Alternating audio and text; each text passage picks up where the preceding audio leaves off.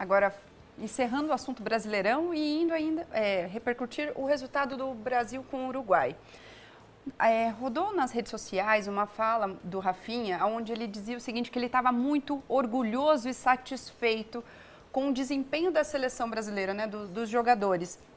E muito se comentou, Luciano, que isso era uma visão fantasiosa, como se eles não tivessem uma visão da realidade e da situação da seleção.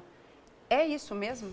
Olha, Samantha, ontem aproveitei aí principalmente o período da tarde para ver o que a Crônica Esportiva Nacional estava falando desse empate da seleção brasileira contra o Uruguai. Nós mostramos os gols aqui no Farol Esporte ontem, mas nós ainda não tínhamos a entrevista coletiva do técnico Dorival Júnior. No caso do Rafinha, eu acompanhei essa fala dele. E o pessoal meio que isentou o Rafinha, porque ele deu uma declaração forte logo após o empate contra o Uruguai e foi naquele calor de momento, até porque o Rafinha fez um bom jogo. Ele foi um dos jogadores que mais teve entrega dentro de campo e ele fez uma fala um pouco forte, disse que ninguém consegue, se jogar o que jogamos, ninguém ganha do Brasil, enfim.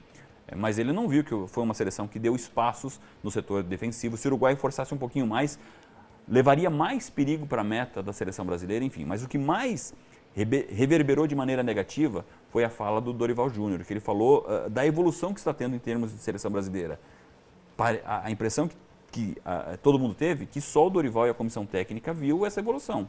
Sim. A torcida não viu essa evolução, a imprensa não viu essa evolução. Então agora eu vou pedir para nós mostrarmos essa fala do Dorival Júnior, que ele fala da evolução da seleção brasileira, mas o fato é, ele pegou o Brasil em sexto no lugar nas eliminatórias, hoje o Brasil é o quinto, subiu uma posição, e o Brasil, que disputou a Copa América já sob o comando do Dorival Júnior, caiu na fase de quartas de final, ficando atrás das 4 principais forças do futebol sul-americano. Então vamos ouvir o que disse o técnico Dorival Júnior após o empate do Brasil contra o Uruguai. Nós sempre olhamos o lado negativo. O Brasil, quando assumimos, estava na sexta, agora está na quinta colocação, muito pouco nós andamos. Eu vejo por um outro lado, e também não estaria satisfeito se, nesse momento, nós fôssemos o segundo, o vice, colocado com um gol que fizéssemos ou na partida anterior ou nessa partida.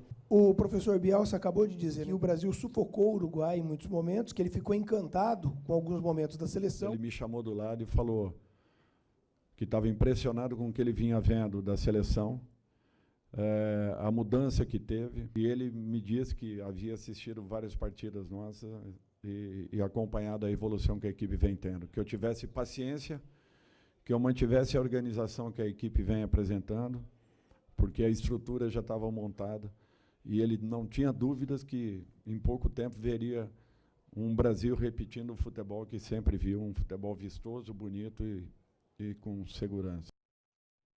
Luciano, vou aproveitar aí a fala do Dorival para fazer o seguinte.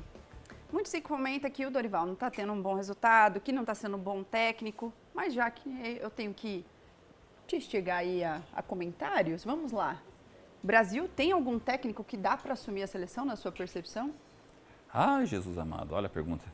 Pergunta lógico, a gente quer, eu estou começando agora. Não, eu gosto do Dorival Júnior, só que ele tem que entender o seguinte, ele veio para assumir esse trabalho na seleção brasileira necessitando de resultados imediatos.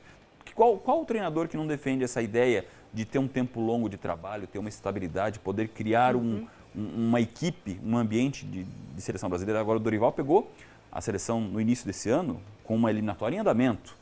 Ele teve um tempo curto para preparar um time para uma Copa América. Enfim, ele tem que ter ciência que essa é a característica do futebol brasileiro e que ele precisa de resultados imediatos.